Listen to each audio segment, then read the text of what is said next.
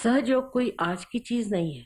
हजारों वर्षों से सहज, सह माने आपके साथ और ज माने जन्मा हुआ, ये योग का साधन आपके साथ जन्मा हुआ है।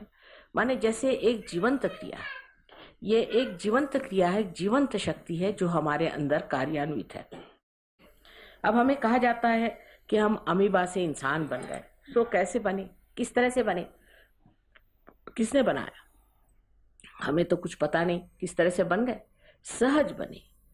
जो एक आप बीज जमीन के अंदर लगा देते हैं, उसमें जो अंकुर आता है वो सहज है, उसमें आप कुछ कर नहीं सकते, वो सहज है क्योंकि एक जीवंत क्रिया है। जितनी भी जीवंत क्रिया है वो सहज है। हमारा श्वासोच्छ्वास लेना भी एक सहज क्रिया है। अगर हमें श्वासोच्छ्वास लेने के लिए किताबें पढ़नी पड़े और या तो किसी से सीखना पड़े तो न जाने कितने लोग जी सकेंगे। इसी प्रकार कुंडलिनी की भी जो शक्ति है वो भी सहज में ही जागृत होती है। ये शक्ति अंदर हमारे अंदर निहित है, हमारे त्रिकोणाकार अस्थि में, और उसे हम मूलाधार कहते हैं। माने वो हमारे मूल जो कि कुंडलिनी है उसका आधार है।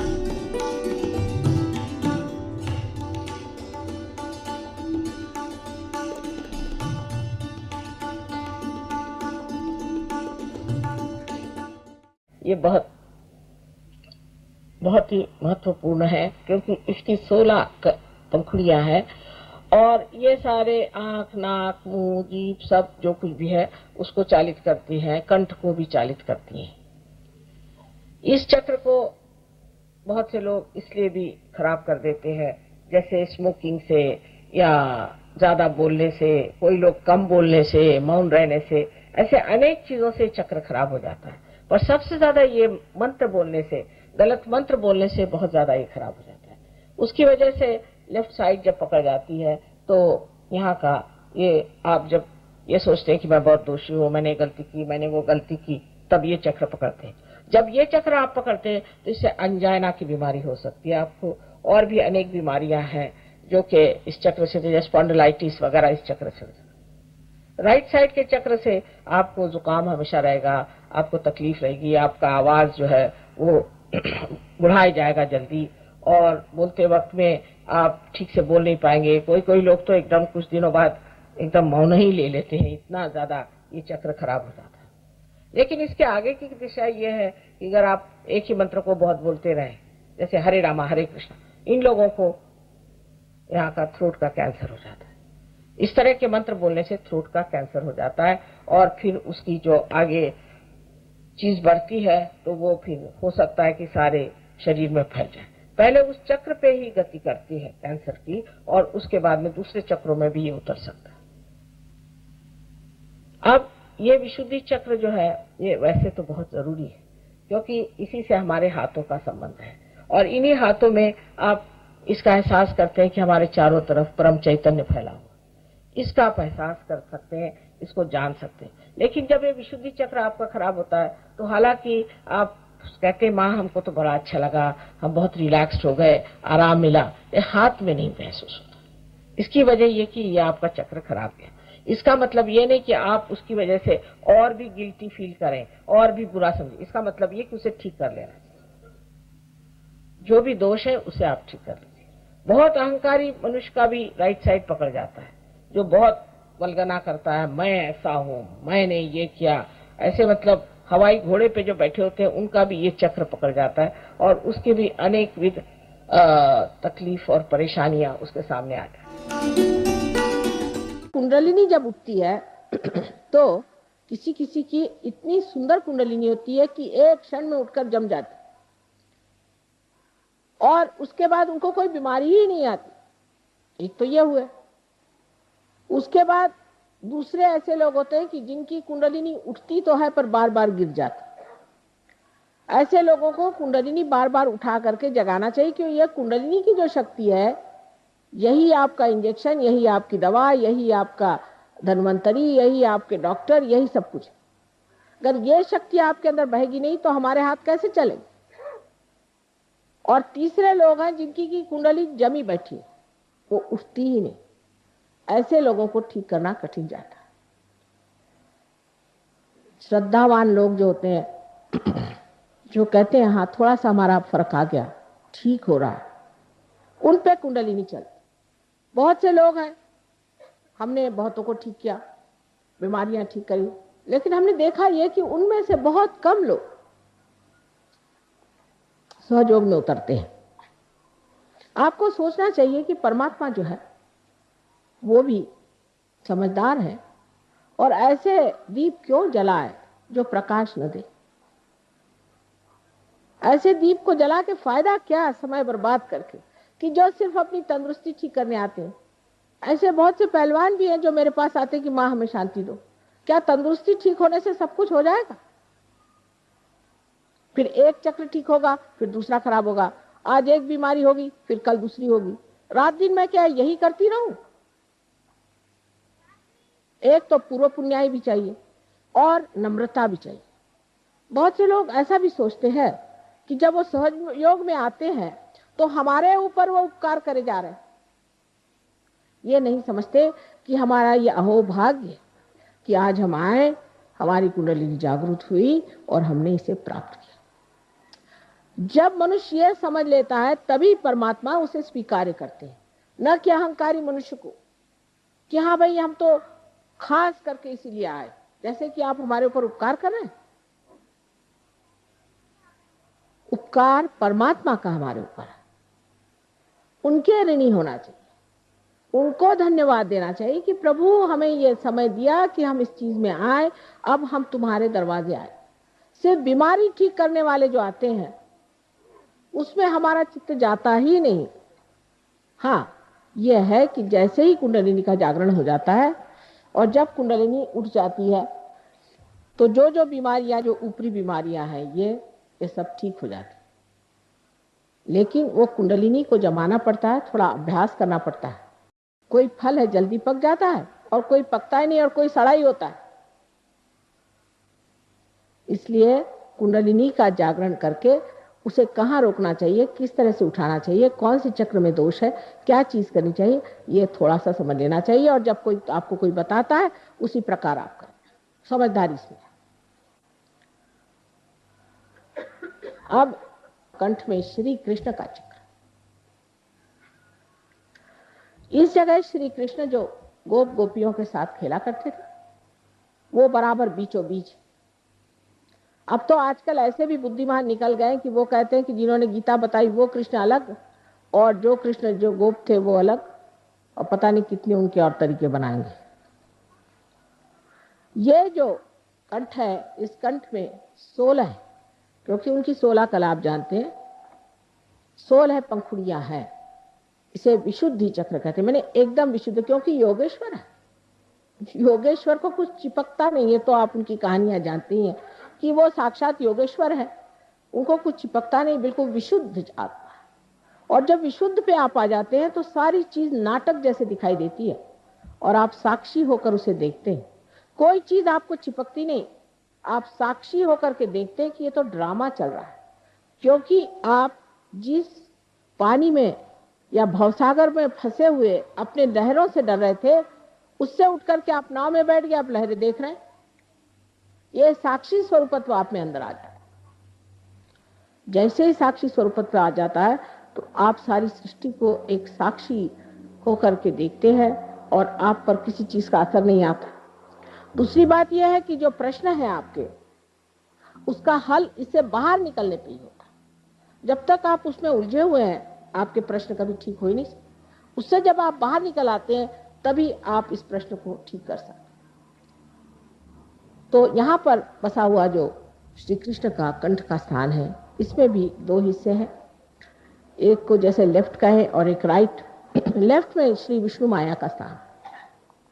श्री विष्णु माया के बारे में आप जानते हैं कि जो उनकी बहन थी जिन्होंने स्वर्ग में जाकर के आकाशवाणी करी थी, बादलों में से गरज कर कहा था कंस से कि तेरा मारने वाला अभी जीवित है। वही आकाशवाणी आज भी कार्य करती है, जो बिजली है ये भी कार्य करती है। और आप कभी देखिएगा तो आपको आश्चर्य होगा कि हमारे भी फोटो बड़े कमाल के आते हैं। और जो ये कैमरा जिसे हम सीधी सादी चीज़ समझते हैं, इसने ऐसे ऐसे हमारे फ़ोटो निकाल दिए हैं कि आप हैरान हो जाइएगा। यहाँ तक कि बादलों में तक हमारे फ़ोटो आते हैं। ये आकाशवाणी का कार्य है, ये विष्णु माया है। इस विष्णु माया पर ये कहना है कि जब हमें भाई बहन का विचार नहीं रहता, जब हमारे अंदर ये शुचिता नहीं, हम जब दूसरी औरतों के और बुरी निगाह डालते हैं, तब भी ये चक्र पकड़ जाता है। या किसी कारणवश हम ये सोचते हैं कि हम पापी हैं, हम दुष्ट हैं, और इस तरह की बेकार की अपने बारे में न्यून कल्पना कर लेते हैं, तब भी ये चक्र पकड़ता है। ये कल्पना कहीं कहीं बहुत ज्यादा मैं देखती कि हम तो पापी हैं, क्योंकि रात दिन जो आता कहता तुम लोग पापी हो, ये संसार पापी है, और जो बताने वाला वो कौन बड़ा धर्मात्मा है। ये सब बातें सुन सुन के मनुष्य अपने को इतना नीचा गिरा लेता है कि उसकी ये लेफ्ट विशुद्धि पकड़ती है, और इसके पकड़ जाने से अगर हृदय में भी पकड़ आ जाए तो अनजाना जैसी बड़ी घातक बीमारियां हो जाती हैं। रात दिन कभी पत्नी, कभी पति, कभी घर, कभी समाज, किसी भी औरत में यह हमेशा भरते रहता है कि तुम बड़ी खराब। उस वक्त ये चक्र पकड़ जाता है और इससे अनेक बीमारियां हो जाती, पर सबसे घातक बीमारी इसकी अनजाना की है। दूसरी जो राइट साइड है, उसमें हम जिसे महाराष्ट्र में विट्ठल कहते हैं, और जिसे आप कहिए कि द्वारिका में बसे हुए श्री कृष्ण जहाँ राज्य कर रहे थे, उनका स्थान है। तो जब गोप गोपी बन के यहाँ रहते थे, तब उनका बीचों बीच स्थान है, और जब वो राज कर रहे थे द्वारिका में, तो उनका राइट, और जब लेफ्ट में आप देखते हैं तो उनकी जो शक्ति स्त्री है, वो उनकी बहन है। बीचों बीच में श्री कृष्ण की राधा, और इधर उनकी रुक्मिणी, उनकी पत्नी जो थी, वो उनकी शक्ति थी। 5 शक्तियां वो और 16,000 और शक्तियां सारी श्री कृष्ण की यहाँ विट्ठल के स्थान पे है। लेकिन इसमें भी इतने दोष आ गए कि विट्ठल की मूर्ति पंढरपुर में उनका साक्षात हुआ, जैसे आपके गोविंद महाराज की यहाँ मूर्ति आई है स्वयंभू। उसके बाद लोगों ने वहां पे अपना धंधा शुरू किया, और लोग एक एक महीना मुंह में तंबाकू डाल के विट्ठल विट्ठल विट्ठल करते हुए पैदल जाते थे। अब तंबाकू जो है ये कृष्ण के विरोध है, उनको बिल्कुल तंबाकू नहीं पसंद। जो लोग तंबाकू खाते हैं उनका ये चक्र खराब हो जाता है, या जो तंबाकू पीते हैं उनका ये चक्र खराब हो जाता है, और इसीलिए उनको कैंसर की बीमारी होती है। इसका इलाज है आप अजवाइन की धुनी मुंह में लें, अजवाइन का पत्ता जला करके और उसकी बीड़ी फूकें, श्री कृष्ण उससे खुश रहते हैं। दूसरा इसका इलाज है कि आप मक्खन को दूध में या पानी में, गर्म पानी में डाल के उसे पिए, उनको मक्खन बहुत पसंद है। नाक में आप घी डालें, घी और थोड़ा सा कपूर, क्योंकि कर्पूर गौरव आप जानते हैं कि आप कपूर के बड़े शौकीन हैं, सो कपूर थोड़ा सा डाल करके वो नाक में छोड़ें, कपूर माथे पे लगाएं। जो कुछ श्री कृष्ण को पसंद है वो सारा करने से वो प्रसन्न हो जाते हैं, और आपका विशुद्धि चक्र ठीक हो सकता है, आपका कैंसर ठीक हो सकता है, आपकी सारी तकलीफें ठीक हो सकती। जब आप सबका गला पकड़ जाता है तो मेरा भी गला पकड़ जाता है, क्योंकि इतनी मेहनत पड़ जाती है उसको ठीक करते करते, तो भी पहाड़ जैसे लोगों की कुंडलिनी कभी कभी उठती ही नहीं, बड़ा प्रयत्न करना पड़ता है।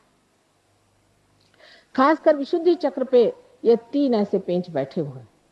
उसमें से ये कि जो लेफ्ट विशुद्धि है, अगर मंत्र वगैरह किसी गलत गुरु से लिए है और बक रहे हैं उसको सुबह से शाम तक, तो वो मंत्र भी पकड़ जाता है। इन सब चीजों के लिए उसका इलाज सहयोग में हरेक का मंत्र रूप भी है, आसन रूप भी है, और भी कुछ उसके साथ में थोड़ा बहुत जैसे पानी, जल या चीनी, इस तरह की चीजें दे करके किया जा सकता है।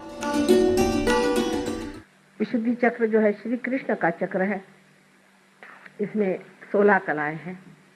इसी प्रकार 16 सब प्लेक्ससेस, जिसको कि हम पंखुड़ियां कहते हैं, हमारे अंदर है, और जो कुछ भी हमारे अंदर अ आ इ ई उ ऊ ए ऐ आदि जितने भी हमारे अंदर जिसे वॉवेल्स कहते हैं वो हैं, वो सारे इसके बीज मंत्र हैं। जिस वक्त आप कोई गलत मंत्र कहते हैं तो वो मंत्र की वजह से कोई गलत इंसान की प्रेतात्मा यहाँ के बैठ जाती है। जब आप गलत पूजन करते हैं, गलत तरीके से आप किसी भी मेडिटेशन को या किसी भी गलत गुरु के पास जा करके और दीक्षा लेते हैं तो ये आपका चक्र पकड़ जाता है। ये चक्र पकड़ जाने से आपको अनेक बीमारियां होती हैं, उसमें से विशेषकर जो बीमारी होती है जिसे हम थ्रोट कैंसर कहते हैं, जो आपके कंठ के पास शुरू होता है और धीरे धीरे बढ़ते बढ़ते नीचे की ओर बढ़ता हुआ सारे आपके लंग्स को पकड़ लेता है। ये थ्रोट कैंसर उन लोगों को होता है जो बहुत से नाटक भी करते हैं भगवान के नाम पर। भगवान के नाम पर पागल जैसे बांध लिया सर पे, गले में कुछ पहन लिया और चिल्लाना शुरू कर दिया, हरे राम हरे राम हरे राम। ये सब नाटक करने की क्या जरूरत है? परमात्मा अंदर है,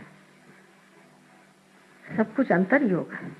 बाह्य में इस तरह के अनेक नाटक करना, कभी कुछ तमाशा करना, कभी कोई दूसरा तमाशा करना, अंतर ही तो जान पड़ता है कि गलत काम कर रहे हैं और इसीलिए मनुष्य कभी कभी उसमें दोषी महसूस करता है। और कोई कोई लोग तो सभ्यता की दृष्टि से सोचते हैं कि हमेशा दोषी रहना ही अच्छा है। जैसे सवेरे उठिए, उनसे बात करिए, माफ करो माफ करो माफ करो। भाई क्या हो गया, आखिर क्यों परेशान हो रहे हो? ठीक से तो बात करो। सुबह से उनको यही लगता है कि मैंने कुछ ना कुछ गलती कर दी है। अंग्रेजी भाषा भी ऐसी है कि बोलते वक्त हमेशा आई एम अफ्रेड। भाई काहे के लिए अफ्रेड? आपसे तो दुनिया अफ्रेड है। 17 मरतबा I am sorry I am sorry I am sorry. Sorry है तो क्यों ऐसा काम करते हो? तो जिस आदमी में इस तरह की न्यूनता की भावना आ जाती है वो भी लेफ्ट विशुद्धि पकड़ लेता है। सहयोग में लेफ्ट विशुद्धि जब साफ होती है तो आश्चर्य होता है लोगों को कि माँ सब तरह के स्पॉन्डिलाइटिस, सब तरह की परेशानियां पता नहीं कहाँ भाग गई। और यह विष्णु माया का स्थान है, ये विष्णु माया का स्थान है जो कृष्ण की बहन है, जिनके बहन और भाई का विचार नहीं होता, जो दूसरी औरतों की तरफ गंदी निगाहों से देखते हैं, उनका भी चक्र पकड़ जाता है। जिनमें वो पवित्रता की भावना नहीं होती है उनका भी ये चक्र पकड़ जाता है, क्योंकि अंदर से वो जानते हैं कि गलत काम कर रहे हैं, तो वो जो गलत काम कर रहे हैं वो भावना अंदर बनती जाती है। कभी कभी झूठ मूठ में ही बनती है और कभी कभी सचमुच में बनती है। चाहे जो भी हो उसे निकालना बहुत आसान है। सबसे तो बुरी बात यह है कि सुबह से शाम तक बताया जाएगा तू बड़ा पतित है और मेरे लिए आप अगर 500 रुपया ला दीजिए तो मैं तुम्हारे पाप मोचन कर दूंगा। माने आपका पैसा मोचन होते ही आपका पाप मोचन भी हो जाएगा। और फिर रात दिन यही खोपड़ी में डाला जाता है कि तुम पापी हो तुम पापी हो। तो मनुष्य सोचने लगता है कि वाकई मैं पापी हूँ। इसमें मैं देखती हूँ कि कैथोलिक धर्म के जितने भी लोग आते हैं उनकी लेफ्ट विशुद्धि हमेशा पकड़ी रहती, क्योंकि उनको तो जाके कन्फेशन करना पड़ता है कि मैंने पाप किया। अब किया भी नहीं होगा तो भी करना ही पड़ता है, क्योंकि जिस दिन चर्च में जाओ कहना ही पड़ता है। इस तरह की अजीब अजीब परंपराओं से भी मनुष्य इसको पाता है। गलत मंत्र कहने से हो जाता है, अनेक चीजों से लेफ्ट विशुद्धि पकड़ी जाती है। सिगरेट पीने से, तंबाकू खाने से, सबसे लेफ्ट विशुद्धि पकड़ी जाती है। अब राइट विशुद्धि तो ऐसे लोगों की पकड़ती है कि जो बहुत जोर जोर से डांट के बोलते हैं, चिल्लाते हैं और बिगड़ते हैं, और जिनका गुस्सा बड़ा तेज होता है, और जो प्रेम से बात करना जानते ही नहीं, और जो बहुत ज्यादा भाषण देते हैं झूठ मूठ के, जिनको कुछ ज्ञान नहीं, जिन्होंने आत्मा को पाया नहीं तो भी लेक्चर झाड़ते हैं, उनकी भी राइट विशुद्धि पकड़ती है। और राइट विशुद्धि जो है विट्ठल का स्थान है, श्री विट्ठल का स्थान है। इसको विट्ठल के मंत्र से ठीक किया जा सकता है। इससे लोगों को अनेक तरह की बीमारियां हो जाती हैं जिससे राजगारी से संबंध है। बीच में श्री कृष्ण का स्थान है। इस वक्त कुंडलिनी श्री कृष्ण के स्थान पर स्थिर होती है, तब मनुष्य साक्षी होकर के उस योगेश्वर की लीला दिखती है। सारा संसार लीला में, इसमें इतनी हड़बड़ाहट की, घबराहट की, इतनी परेशानी की कौन सी बात है? ये तो सब नाटक हो रहा है, सब नाटक देखते हैं। इस नाटक को देखना ही मात्र बन जाता है। जब आप देखते हैं कि नाटक है, थोड़ी देर तो घबराते हैं, उसके बाद जब स्थिर हो जाते हैं, आप स्थापित हो जाते हैं, तब आप जानते हैं कि ये नाटक है। और इस नाटक को जान लेना आपके लिए बड़ा ही सुखदायी होता है, क्योंकि फिर जो स्थित प्रज्ञ की भाषा है जो श्री कृष्ण ने बताई है वो सिद्ध हो जाती है। कहना नहीं पड़ता कि अब आप परेशान नहीं हो रहे, ऐसा आदमी परेशान ही नहीं होता। हमें यही आश्चर्य होता है कि लोग सब क्यों परेशान हो रहे हैं। परेशान होने से तो कोई बात होने नहीं वाली, तो क्यों परेशान हो, बेकार में क्यों बर्बाद करें अपनी एनर्जी। लेकिन वो कहने से नहीं होता है, जिसको आदत है वो परेशान होगा ही। और हमें तो कोई लोग कहते हैं क्योंकि आप परेशान नहीं होते इसलिए हम आपके लिए परेशान होते। तो मैंने कहा ठीक है, अगर आपको परेशान होना तो होते रहिए, ऐसी कोई परेशानी की तो बात नहीं।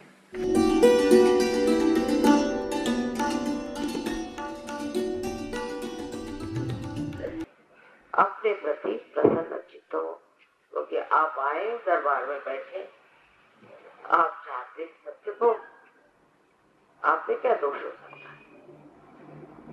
कृपया अपने अंदर जान लीजिए कि आप हमारी नजरों में दोषी नहीं करते।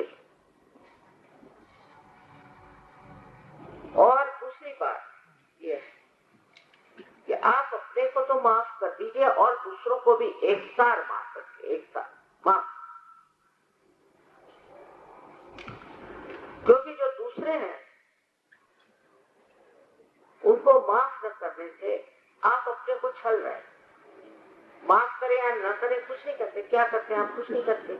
लेकिन अगर आप दूसरों को माफ नहीं करेंगे तो आपके ये जो चक्र है आज्ञा के पीछे में आपकी चार्मा यूं तंग बिल्कुल, इसमें से कुंडलिनी गुजर ही नहीं सकती। इसलिए एकदम से आप कह दीजिए कि हमने सबको माफ कर दिया, माफ मन में ऐसे खुल जाएगा और कुंडलिनी उसमें से गुजर जाएगी।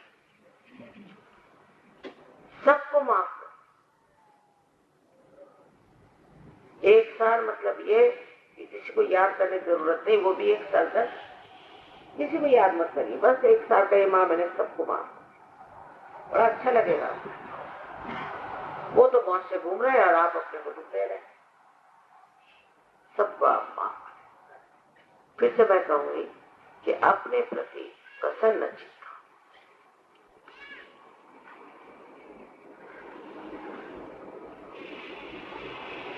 इसी बात की पैर में अगर जूते पहने हो तो उसे उतार थोड़ी देर। पहली मर्तबा अंग्रेजों से कहा कि भाई जूते उतार दो तो आधे आधे चले गए बाहर। हिंदुस्तानी ऐसे वो जानते और समझदार। अच्छा,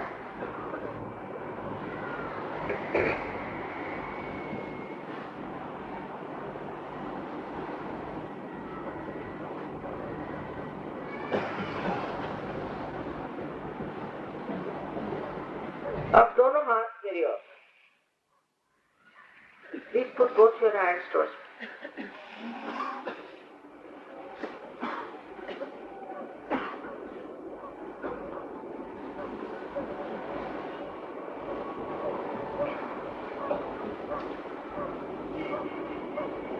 और जो लोग कुर्सी पे बैठे दोनों पैर अलग कर।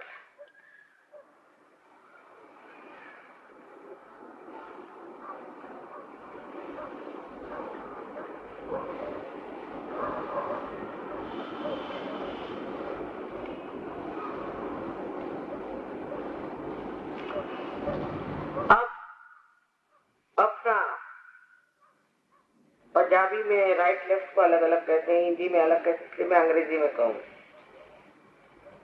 अपना राइट हैंड मेरी ओर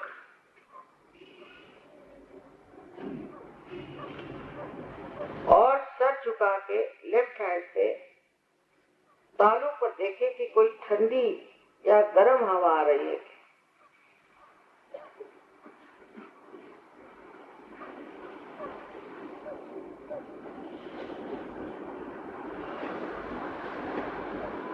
Please see if there is cold or hot, please coming out of your fontanelle bone area with your left hand and the right hand towards me. Bend your head, please. देखिए, शक्का नहीं करने, थोड़ा सा आगे पीछे घुमा के देखिए। अगर गर्म ठंडी हवा आ रही है, इसका मतलब है आपने अपने को भी माफ नहीं किया होगा और हो सकता है दूसरों को माफ नहीं किया, तो वो करिए। ऐसा नहीं सोचना कि ऐसे कैसे, इतनी जल्दी कैसे हो सकता है। हो ही सकता है, होता है और होएगा। आप लेफ्ट हैंड में जाओ। Please put your left hand towards me now. अब सर झुका लें, प्लीज बेंड योर हेड और राइट हैंड से देखिए कि सर से ठंडी या गर्म हवा आ रही है। Please see with your right hand if there's a hot or a cool breeze-like vibration coming out of your fontanelle bone area. If they are hot, please forgive yourself and others. अगर गर्म हवा आ रही तो आप दूसरों को भी क्षमा करें और अपने को भी क्षमा करें मन में।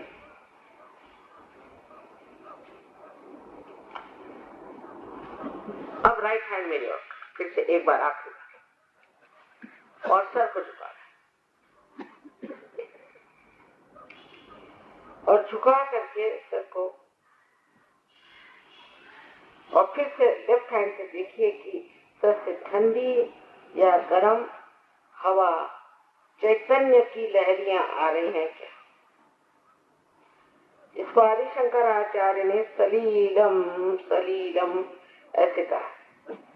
Now please watch with your left hand on top of your fontanelle bone area.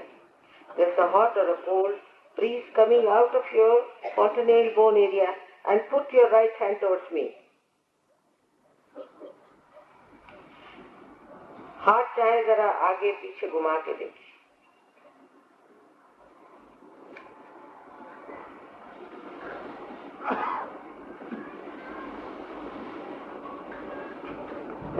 आप दोनों हाथ आकाश की ओर और सर भी आकाश की ओर, और इन 3 प्रश्नों में से कोई सा भी एक प्रश्न 3 बार पूछे। पहला सवाल, माँ ये क्या परमात्मा की प्रेम शक्ति है? माँ ये क्या परमात्मा की प्रेम शक्ति है? दूसरा सवाल, माँ ये क्या परम चैतन्य है? तीसरा सवाल, क्या माँ ये रूह है? इसमें से कोई सा भी एक प्रश्न आप 3 बार पूछें। Please raise your hands towards the sky and put your head up and ask question 3 times out of one of the questions I tell you. Mother, is this the cool breeze of the Holy Ghost? Mother, is this the divine love? Mother, is this the Parama Chaitanya? Ask any one of these questions 3 times.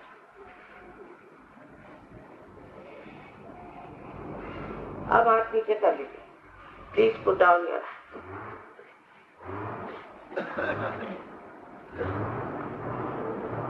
Now, आप जिस चीज के हाथ में अपनी उंगलियों में या सर से ठंडी या गर्म हवा आ रही हो, वो सब लोग हाथ ऊपर करें।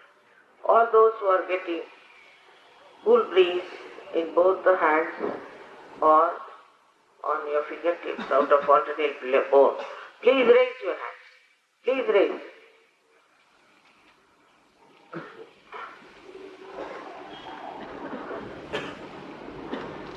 अनंत आशीर्वाद है। सारे के सारे आप संत हो गए। बड़ा कमाल।